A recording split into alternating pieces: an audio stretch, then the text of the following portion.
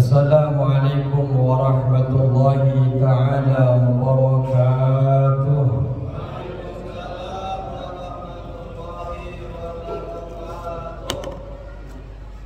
Bismillahirrahmanirrahim. Alhamdulillahi rabbil alamin.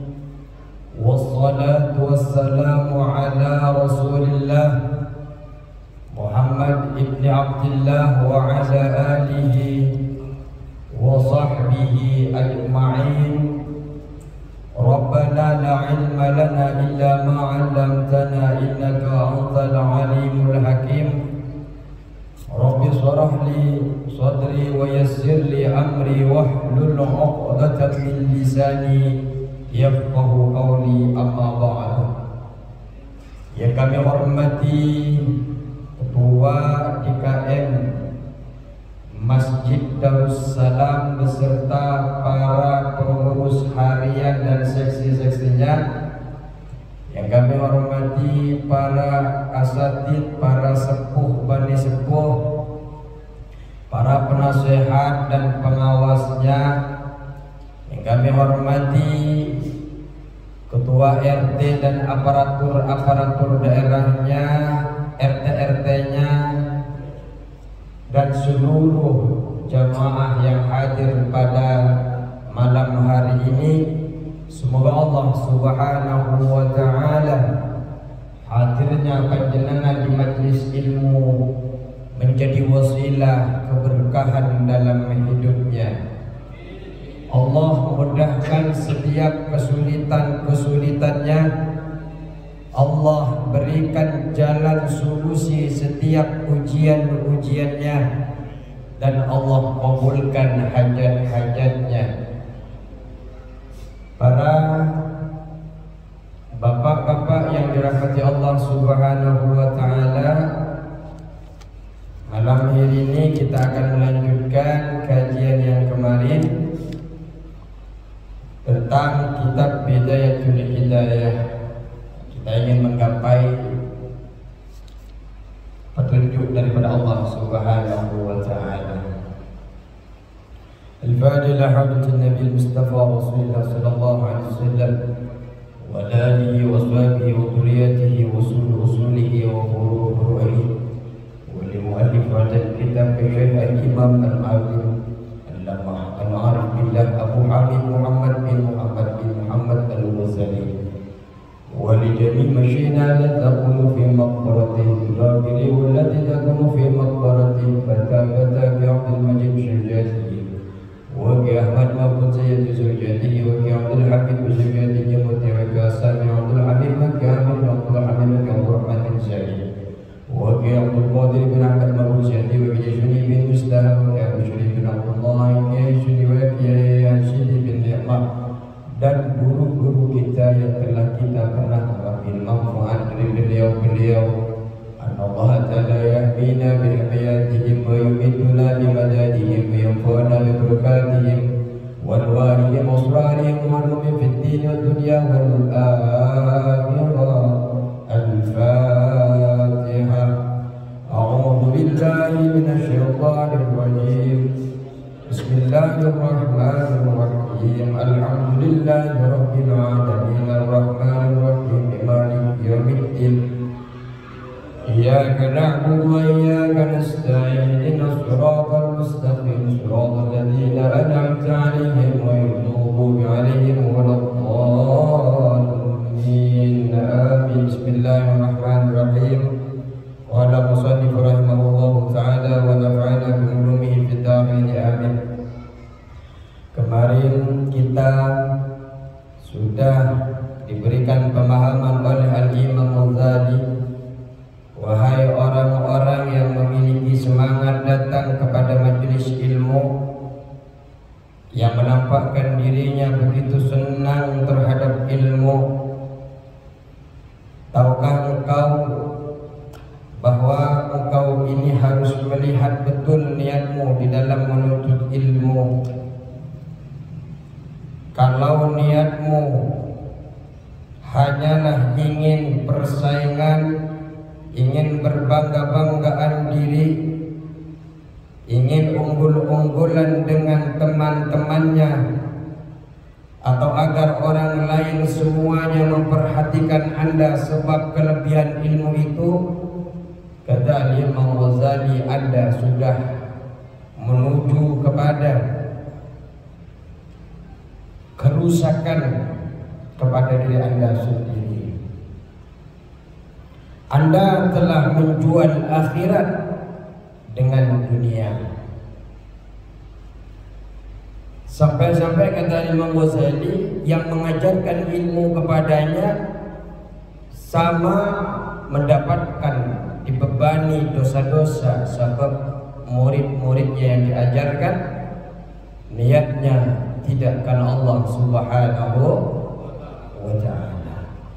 Diibaratkan oleh beliau, kenapa seorang guru bisa berdampak? Sama saja seorang guru itu seperti menjual pedang kepada perampok jalanan, di mana pedangnya itu untuk dibuat rampok. Maka kemudian setiap kajian dimanapun itu, alangkah baiknya jemaahnya itu diajar untuk satu persepsi di dalam memurnikan niat di dalam menuntut ilmu. Karena kalau sudah tidak diajar oleh gurunya, ada potensi kesalahan yang disebabkan oleh ilmunya yang diberikan oleh pengajarnya, oleh gurunya. Ada potensi dibebankan ketika kemaksiatan, ketika dia menggunakan ilmunya hanya untuk kemaksiatan, hanya untuk kepentingan dunia saja. Maka kemudian kita ajak semua jemaah, ayo niatkan karena Allah Subhanahu wa ta'ala. Hadir ke majelis ini niatkan karena Allah, niatkan karena ingin minta petunjuk agar kita lebih kenal dengan Allah lagi, niatkan karena ingin mempersiapkan akhirat kita. Karena Rasulullah sallallahu alaihi wasallam bersabda, "Man 'ana 'ala ma'syiyatin walau bi syatri kalimatin." Barang siapa yang menolong atas kemaksiatan walaupun separuh kalimat, kana syarikan lahu fiha, maka orang yang walaupun hanya setengah kalimat saja, dia sama persis ketika nolong, sama persis dia dengan orang yang melakukan itu sama-sama mengerjakan maksiat. Padahal hanya nunjuknya separuh. Pukul seumpamanya, pukul badan, punya dihilangkan, paham dia disuruh dipukul, betul. Maka orang yang menolong walaupun setengah kata atau hanya sekedar ucapan yang kemudian paham bahwa dia harus melakukan maksiat, kemudian orang itu melakukan maksiat, maka maksiat yang dikerjakan itu akan dosanya ditanggung juga oleh yang berkata separuh kata tadi. Maka kemudian diajarkan oleh Imam Ghazali, kalau di antara kalian dan dengan Allah itu di dalam mencari ilmu itu hanyalah petunjuk, ingin mendapatkan petunjuk hidayah daripada Allah Subhanahu wa ta'ala, maka berbahagialah, kata beliau. Kenapa? Para malaikat membentangkan sayapnya ketika orang itu berjalan menuju ilmu. Ikan-ikan memintakan ampunan kepada orang yang berjalan menuju ilmu. Mungkin kita ketika istighfar karena banyak dosa dan kotornya hati kita, mungkin potensi tidak diterima doa amalan itu ada. Tapi ketika ikan-ikan yang mungkin saya tidak yakin dia melakukan dosa, karena apa kepentingan ikan melakukan dosa? Setiap doa-doa permintaan ampun kepada kita karena menuju tempat ilmu ada potensi diterima oleh Allah Subhanahu wa ta'ala. Kemudian beliau mengatakan bahwa hidayah itu ternyata ada yang tampak, ada puncaknya, ada yang tampak, ada yang tersembunyi, seperti itu hidayah. Maka kemudian orang itu tidak akan mencapai kepada puncak hidayah kalau belum memulai sama sekali. Kita memulai untuk mendapatkan petunjuk itu diantaranya adalah dengan cara menuntut ilmu. Yang nuntut ilmu saja nggak paham, Pak, apalagi yang nggak nuntut ilmu. Kayak itu loh. Ada dohir, ada batin, ada bagian luar hidayah, ada bagian dalam. Orang itu tidak akan sampai ke bagian dalam kalau luarnya saja nggak lihat. Maka penting kita hadir di majelis-majelis ilmu itu menjadi wasilah kepada kita agar kita kenal dengan Allah. Sebenarnya bagaimana sih cara mendapatkan hidayah? Kemudian diajarkan oleh ulama-ulama. Dan kita tidak akan bisa minum air yang ada di dalam air kelapa kalau kita kelapanya saja nggak lihat. Oh, bisa Ustaz 5.000 cukup beli di tukang kelapa, tinggal beli airnya, bisa, nggak usah ngelihat kelapanya. Tapi kan sebelum kita ke sana dia sudah, ya tukang pecah kelapanya sudah ngelihat dohirnya dulu. Jadi apa yang kita rasakan di batin itu mulai di luar. Makanya kemarin kita sudah bahas bagaimana amal secara syariat, amal secara thariqah, amal secara hakikat.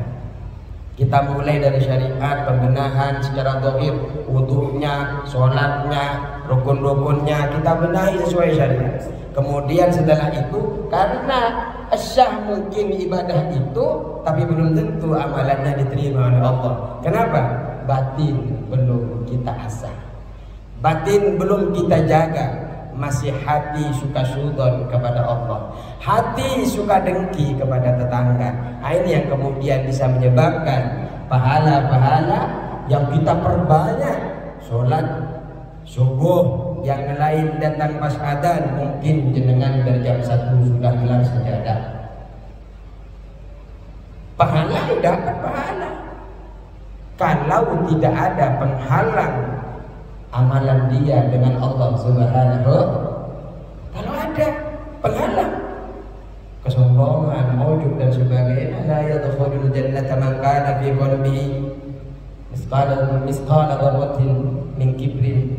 Tidak akan masuk surga yang mana di dalam hatinya terdapat sedikit biji sawi saja ada ketakabburan, ada kesombongan.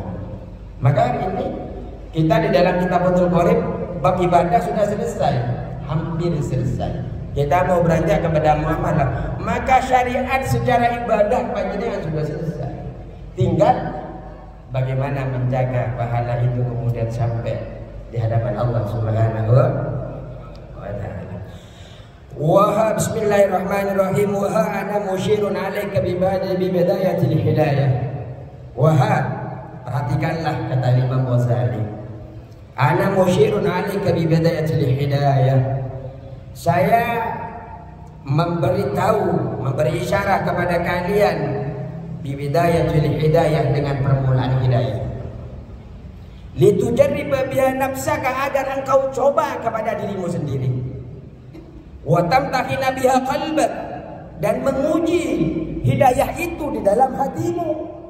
Dicoba sama jenengan, pulang dari sini coba nanti apa yang diajarkan oleh Imam Ghazali ini. Fa in sadafta qalbaka ilaiha ma'ilan, jika engkau menemukan hatimu terhadap hidayah itu condong, wa nafsaka biha mutawwi'atan, dan dirimu sebab hidayah itu bertambah ketaatannya, mengikuti arahan-arahan hidayah yang bisa mendekatkan diri kepada Allah Subhanahu wa ta'ala, walaha qabilatan, dan terhadap hidayah itu panjenengan menerima dengan suka, menerima dengan gembira, fadunaka taqallu ila nihayah, maka inilah engkau ambil itu, naik panjenengan sampai ke akhir hidayah. Ambil, berarti jenengan itu kalau ketika belajar di sini setiap malam Senin atau belajar di mana saja, nambah taat, Nambah senang ibadah yang asalnya tidak tahajud jadi senang tahajud. Yang asalnya nggak senang sedekah jadi senang sedekah. Yang asalnya tidak suka nolong tetangga jadi suka nolong tetangga. Yang asalnya tidak suka silaturahim jadi suka silaturahim. Lanjut itu.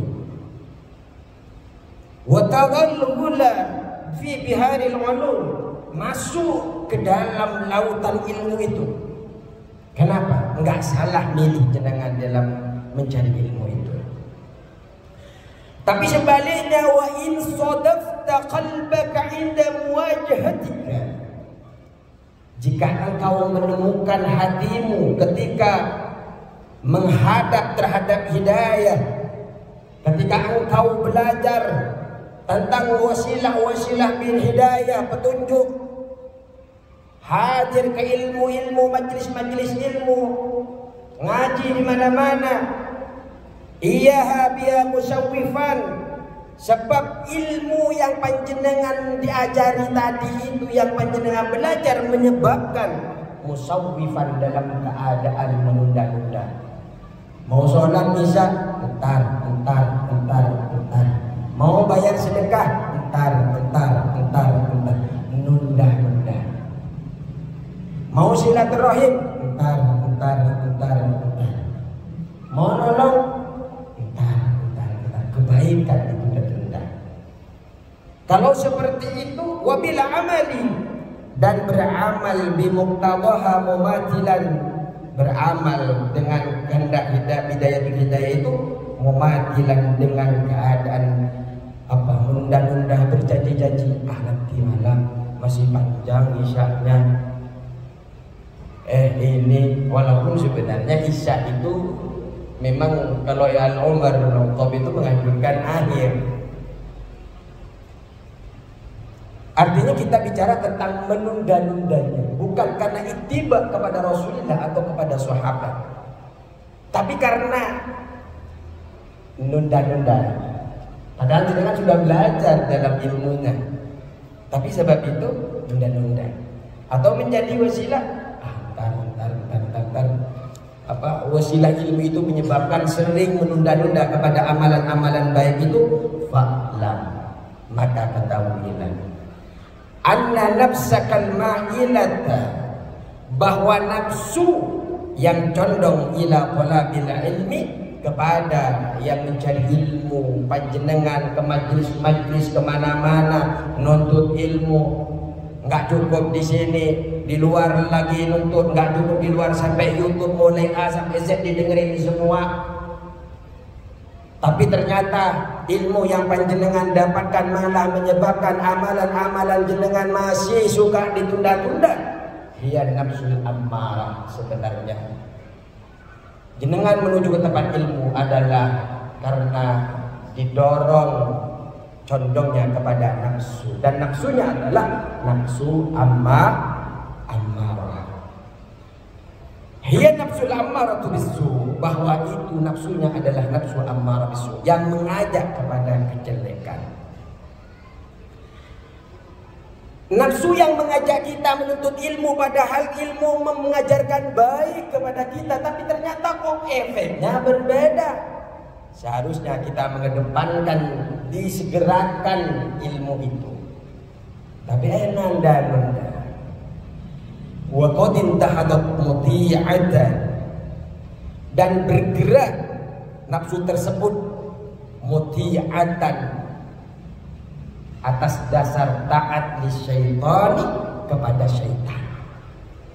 Jadi nafsu itu taatnya bukan kepada Allah, taatnya kepada setan. Dibisikin setan, dah kamu tidur malam tahajud, ternyata nggak bangun. Udah tahu padahal dia sudah curiga, kayaknya kalau saya tidur nggak akan bangun nih. Soalnya jenengan tidurnya jam 3. Ada potensi tidak bangun kalau jenengan begadang. Malamnya jenengan masih keliling bolot deh. Keliling. Nyampe rumah masih punya kesempatan sholat, atau waktu kelilingnya masih punya kesempatan untuk sholat di Masjid Darussalam. Tapi mikir, sejam tidur, ntar jam 4 bangun. tahajud sekalian. Ada bahasa dibisikin oleh setan, sekalian tahajud. Padahal dalam hati nuraninya, saya biasanya nggak bangun kalau saya tidur 1 jam. Benar, tidur bukan jam 4, bukan jam 5, jam 8 bangunnya. Kadang bukan jam 8 sampai jam 12 bangunnya. Nah, menunda-nunda. Ada setan yang membisiki, setan tadi taat bukan kepada Allah, tapi taat kepada syaitan. Wa qad intahadat muti'atan li syaitan al-la'in, yang terkutuk kepada setan yang terkutuk. Nafsu taatnya kepada setan yang terkutuk. Liyudliyaka bihablil wururihi, setan itu menjerumuskan, mengulur dengan bihablil wururihi, dengan tali tipu daya setan. Diikat dengan setan. Tali setan ngikat hatinya, ngikat pendengarannya, ngikat penglihatannya. Kok bisa diikat Pak Ustadz? Yo, jenengan jaga berdua keliling Pak RT-nya, dengan RT 4 sama RT 8 jalan. RT 4-nya ngajak sholat, RT 8-nya nggak mau. Atau sebaliknya, RT 8-nya, nah saya nggak enak kalau saya nunda-nunda. Saya biasa sholat tahajud. Itu padahal dia sudah tahu bahwa tidak akan bangun karena jeda tidurnya terlalu sebentar. Dia sudah terikat oleh tipu daya setan. Wa qasduhu, dan tujuan syaitan itu ayyurawwiha 'alaika syarra. Tujuannya setan adalah setan menginginkan panjenengan ini asyarra, melakukan kejelekan, fi ma'radil khair, dengan tampilan kebaikan. Ya seperti tadi, nafsu membisiki, kamu kan rajin tahajud, walaupun setahun 2 kali rajin kamu itu, umpamanya ini bisikan. Atau kamu kan biasa tahajud, udahlah kamu tunda sholatnya. Setan menipu dengan cara tampilan yang baik, padahal dalam hatinya sudah tahu, saya kayaknya nggak bangun nih, nggak bangun. Nah itu, kalau jenengan suka nunda, langsung jawab dalam hatinya, setan dibisikin saya, setan sudah ngikat saya nih, setan, nafsu saya sudah taat kepada setan. Hatta yulhiquka bil ahsarina a'mala. Setan itu akan menginginkan kepada kita, kepada panjenengan kejelekan.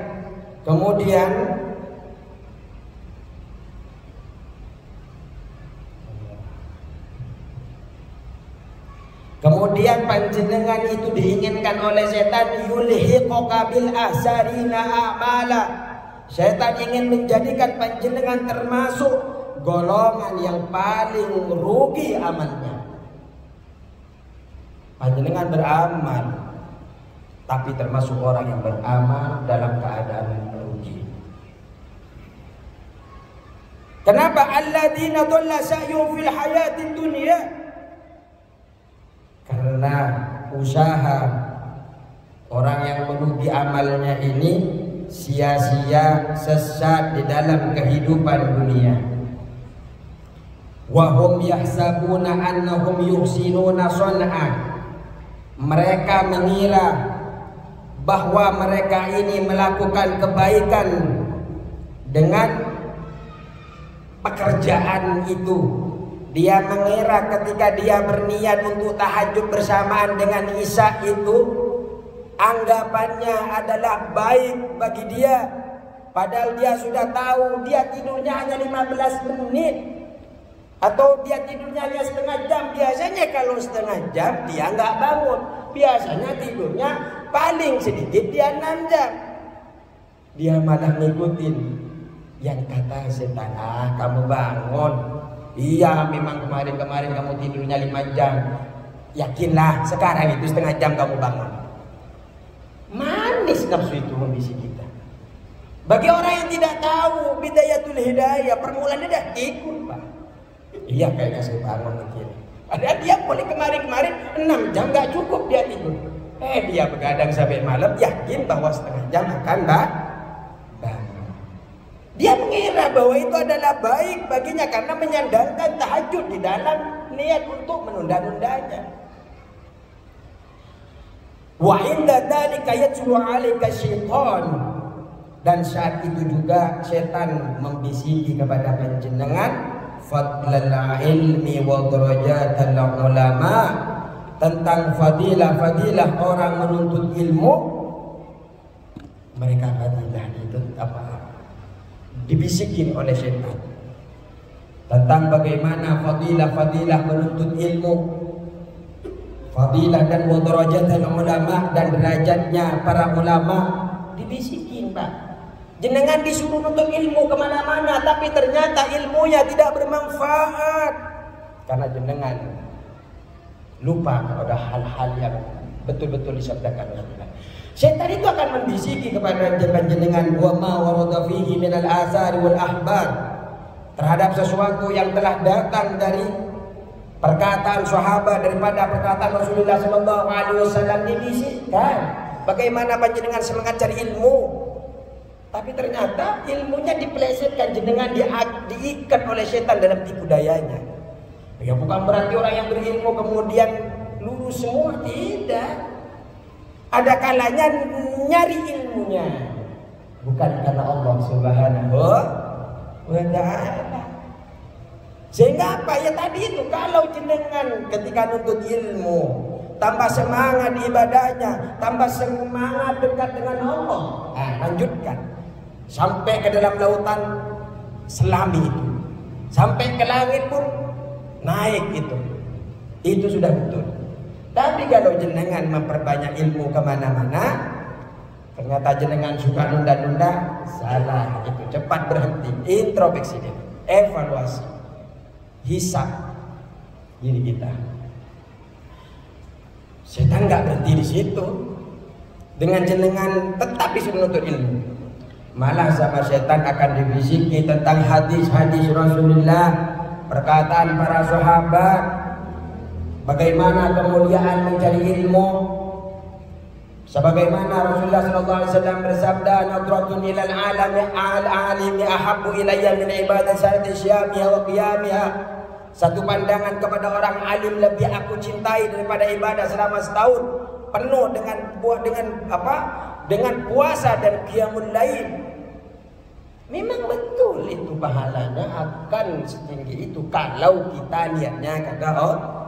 Tapi itu hanya menghiasi setan itu dalam telinga kita, membacakan hadis agar kita semangat belajar, tapi tetap mengunci niat kita bukan karena Allah Subhanahu wa ta'ala. Dikatakan juga oleh sahabat, an-nasu alimun wa muta'allimun. Di dalam orang belajar manusia itu ada 2 manusia ini, Pak. Kalau enggak menjadi pengajar, jadi orang yang belajar, kata Syekh Nawawi. Makanya memang perlu belajar itu, Pak. Tapi walaupun perlu, yang paling perlu lagi adalah membenahi niat dari awal.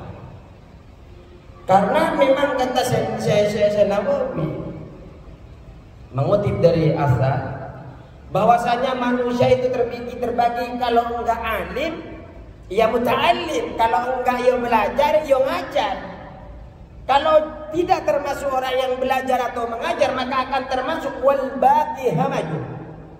Orang yang tidak termasuk orang yang belajar, orang yang tidak termasuk orang yang ngajar, maka dia hamaj.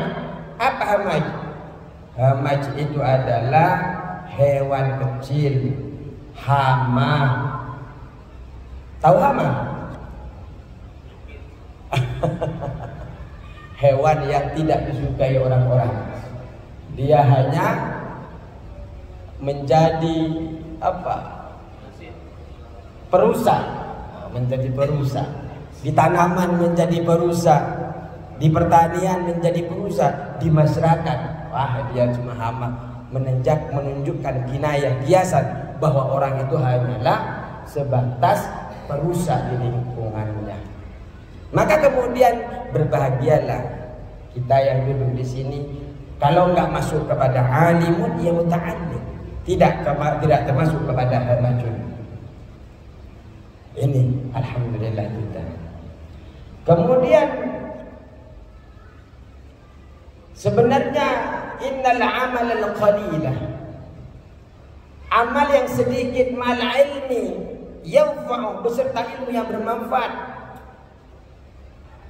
Wa innal amal al-katsira ma'a jahli la yanfa', dan sesungguhnya amal yang banyak beserta orang bodoh lam yanfa'. Jadi amal yang sedikit tapi disertai dengan ilmu, maka amal yang sedikit itu yang disertai dengan ilmu itu yanfa', akan menjadi bermanfaat. Ada amal banyak tapi cara menggunakan amalnya itu dengan cara bodoh, tidak tahu cara beramal, nyelonong saja, tengkur begini saja, tidak tahu rukun apanya.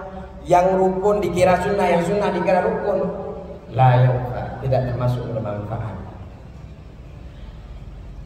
Kemudian setan itu akan membisiki kepada kita, membacakan hadis-hadis bagaimana kita betul-betul senang, tapi tidak membisiki bagaimana merubah niat yang ada dalam sanubari kita. Ada hadis yang disuruh lupa oleh wa yulhika an qauli sallallahu alaihi wasallam, dan setan membuat lupa dari sabdanya Nabi Muhammad sallallahu alaihi wasallam, man istada ilman wa lam yazdad hudan lam yazdad minallahi illa hudan. Barang siapa yang bertambah ilmunya, ngaji, nggak mungkin nggak nambah pak ngaji. Minimal kalau yang ngajinya ustadznya ngelucu, ya minimal nambah lucu. Ya kalau datang ke sini ya kecuali tidur, ya minimal ketika tidur nambah semangatnya, nambah tenaganya. Artinya datang itu tidak akan sia-sia ke majelis ilmu itu pak. Ya yang ustadznya ngelucu ya dapat lucunya, yang ustadznya ngaji ya dapat ngajinya. Nah seperti itu. Maka kemudian man istada ilman, barang siapa yang bertambah ilmunya, walam yazdad hudan, dan tidak bertambah petunjuknya, lam yazdad minallahi illa hudan, maka tidak bertambah daripada Allah Subhanahu wa taala kecuali dia tambah jauh dengan Allah Subhanahu wa taala.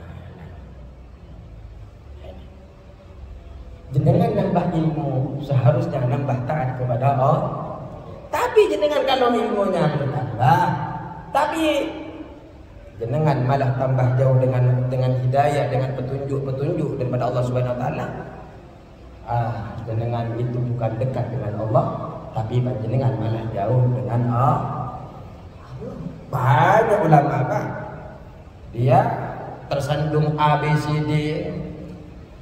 Kenapa? Ilmunya tidak bermanfaat, tidak dekat dengan Allah, tidak dijaga oleh Allah. Man yuridillahu bihi khairan yufaqihu fid din. Orang yang Allah kehendaki dia kebaikan, maka Allah akan berikan pemahaman tentang agama.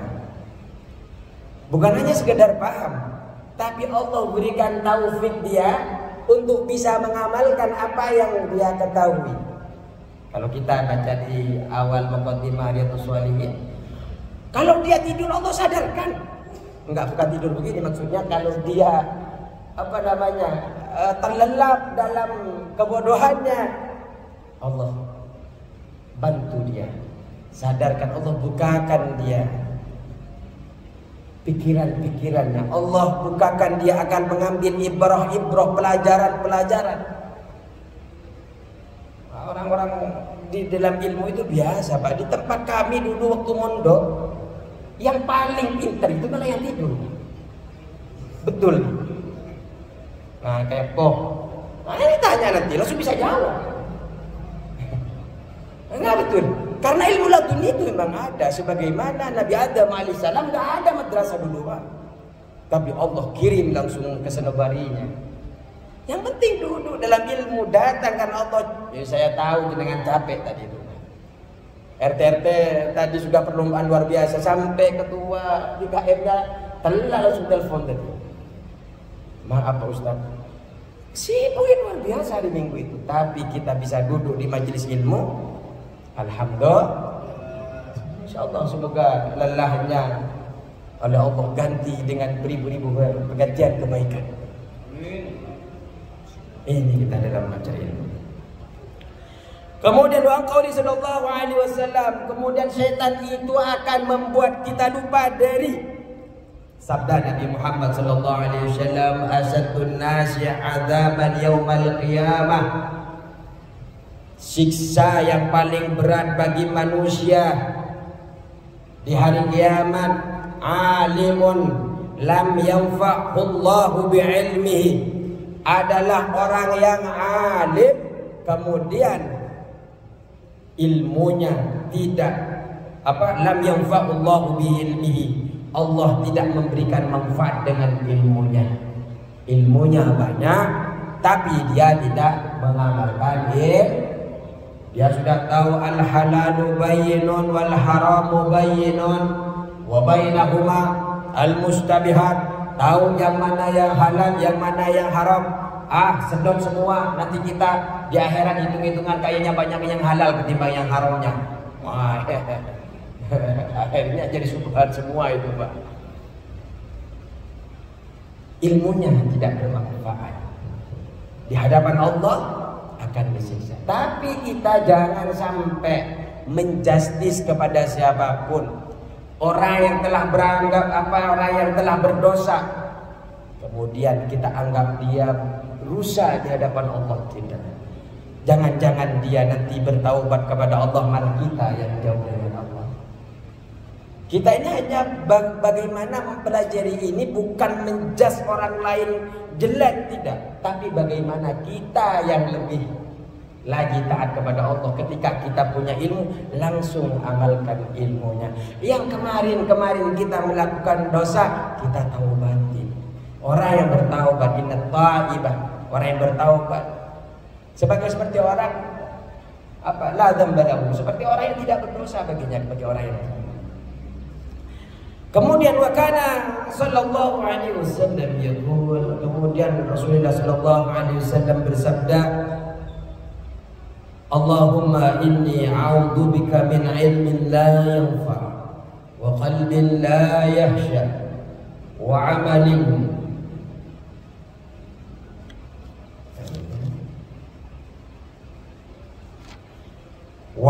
la yurfa wa du'ain la yusma.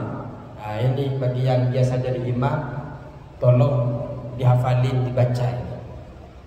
Ini adalah doa kepada Rasulullah sallallahu alaihi wasallam bagi orang-orang yang sudah menuntut ilmu, agar ilmunya menjadi ilmu yang bermanfaat, agar hatinya khusyuk, agar amalannya diterima, doa-doanya didengar oleh Allah Subhanahu wa ta'ala.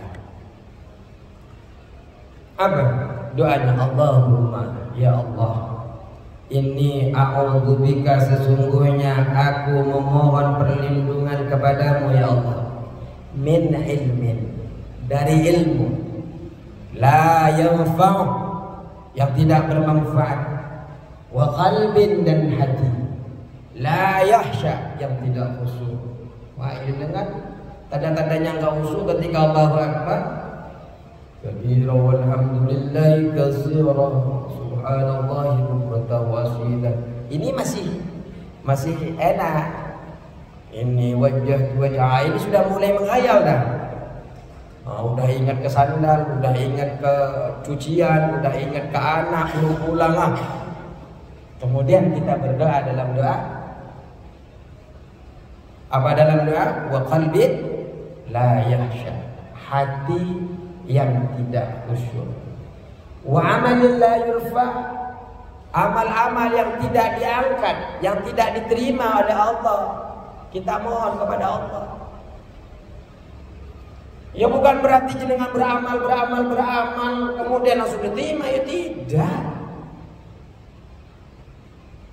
Belum tentu, makanya jangan bangga dengan amalnya. Saya yang lain beramal sekian, saya udah berlipat ganda, Ustaz. Jangan bangga. Belum tentu diterima oleh Allah Subhanahu wa taala. Ya kalau begitu enggak usah beramal, Ustaz. Yang beramal saja belum tentu diterima, apalagi yang tidak beramal. Wa du'a'in la yusma', dan doa yang tidak didengar oleh Allah Subhanahu wa taala. Apakah ada aku nggak suka dengan orang doanya? Karena Allah tidak kalau Allah sudah nggak suka sama dia, yang nggak didengar oleh Allah. Kenapa? Niatnya bukan Allah lagi, niatnya mungkin karena jabatan, niatnya karena orang popularitas dan sebagainya. Malah di dalam belum kan? Sudah dengar di masjid lain.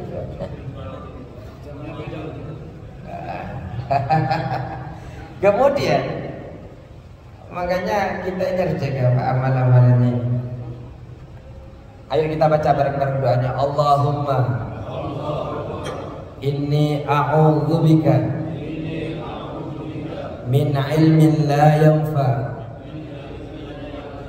wa qalbin la yakhsha wa amalin la yurfa wa du'a'in la yusma. Jadi ini dibaca sama panjenengan. Tinggal satu lagi sayang. Wa an qauli sallallahu alaihi wasallam, dan dari Nabi Muhammad sallallahu alaihi wasallam, marartu lailatan usriyah bi aqwamin. Aku lewat di waktu malam, aku diperjalankan waktu aku diisyraqkan, diperjalankan bi aqwamin terhadap beberapa kaum. Tuqradu shifaa'uhum bi qaridha min narin. Bibirnya kaum itu digunting dengan gunting dari yang terbuat dari api neraka. Jadi ketika Isra, Rasulullah menjumpai suatu kaum, di mana suatu kaum itu dia iseng sekali. Ya kalau nggak iseng ngapain, Mbak? Bibirnya digunting dari bahan yang terbuat daripada api neraka. Saya yakin di sini nggak ada yang mau begitu, Mbak. Bibirnya digunting, copot, nyambung lagi, bibirnya digunting lagi, terus begitu. Ya Rasulullah nanya dong. Fakultu man antum? Rasulullah, saya bertanya, kata Rasulullah, man antum? Siapa engkau? Siapa kalian? Qalu, mereka menjawab, kunna na'muru bil khair. Kami ini yang menyuruh kepada kebaikan, wala na'tihi. Saya nyuruh kepada kebaikan, wala na'tihi, tapi saya enggak datang kepada itu. Yuk sholat berjamaah, tapi dia enggak sholat berjamaah. Ya, tapi jangan menjas juga, Pak. Belum tentu nggak sholat berjamaah di sini, bisa juga sholat di Blok I. Wah, Ustaz dia nyuruh sini terus nggak lihat di masjid ini. Iya kan begitu. Kalau di Blok I, wah di Blok I juga nggak kelihatan, kita punya CCTV Pak Ustaz. Ya mungkin di Blok I. Wah di Blok I enggak. Dia di bawah di musola. Dia carinya yang ingin berhalwa dengan Allah, hanya dia dengan Allah, tidak mau keramaian. Bisa saja dia carinya ke sana. Oh nggak ketemu di sana Ustaz, saya bisa saja dia bentakin di yang mau naik ke Blok I, naik ke atas itu. Khusnudon. Ini untuk diri kita sendiri, bukan untuk orang lain. Artinya jangan sampai kita nyuruh orang lain, tapi kita tidak datang kepada itu. Takut sama dengan orang yang begini. Orang yang ketika berjumpa dengan Rasulullah gunting dia bibir, guntingnya terbuat dari api neraka. Wa nanha 'anil syarri wa na'tihi, dan saya melarang kepada mereka.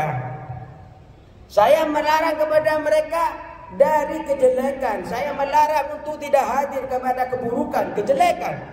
Wa na'tihi, tapi saya datang kepada itu. Saya kerjakan itu. Ngelarang orang jangan berdosa, tapi dianya menuju ke tempat dosa. buat kita, bukan buat orang lain. Nanti setelah belajar hadis ini semua dievaluasi orang-orang sebelum ini. Kayaknya ini termasuk ke hadis ini. Enggak perlu Pak, cukup evaluasi diri kita. Yang dibenahi bukan orang lain, kita yang dibenahi. Makanya dalam Al-Quran atamuruna an-nasa bil birri wa antum tanshawna anfusakum wa antum tatluna al-kitab. Mengapa engkau memerintah kebaikan kepada orang lain sedangkan engkau lupa kepada dirimu sendiri untuk melakukannya? Wa antum tatluna al-kitab, sedangkan engkau itu banyak baca-baca kitab, banyak ngaji-ngaji kemana-mana. Engkau menyuruh orang lain baik tapi dirimu tidak baik. Baik, cukup sekian. Terima kasih banyak. Semoga berkah selalu Bapak-bapak. Doakan kami, karena kalau bicara seperti ini kayaknya ngarah ke saya semua ini. Ya gitu akan ngarah semua. Ya Allah. Ya gimana kita tidak, Ustaz itu kan bukan ngelamar ya kemana-mana, ini adalah amanah yang diberikan Allah Subhanahu Wa Taala. Jadi ya kita selalu meminta kepada Allah dengan doa-doa yang diajarkan Rasulullah, terutama doa yang tadi, Allahumma inni a'udzubika min ilmin la yanfa wa qalbin la yakhsha wa amalin la yurfa, terus wa du'ain la yusma. Ini insyaallah kita baca. Agar apa? Ya kalau kita sih yang penting kita ikhtiar dulu. Ya namanya manusia nggak akan sempurna Pak. Minimal ketika kita mencari ilmu, kelebihan mencari ilmu, mungkin kemarin-kemarin niatnya kita salah, mungkin dengan belajar seperti ini kita sudah mulai membenahi. Kemarin kita mulai sudah benar tapi masih melakukan kesalahan. Selagi nyawa masih ada di dalam diri kita, Allah masih berikan kesempatan untuk saya pribadi dan untuk panjenengan untuk bertaubat kepada Allah Subhanahu wa Ta'ala. Cukup sekian. Wallahul muwaffiq ila aqwamit thoriq. Assalamualaikum warahmatullahi wabarakatuh.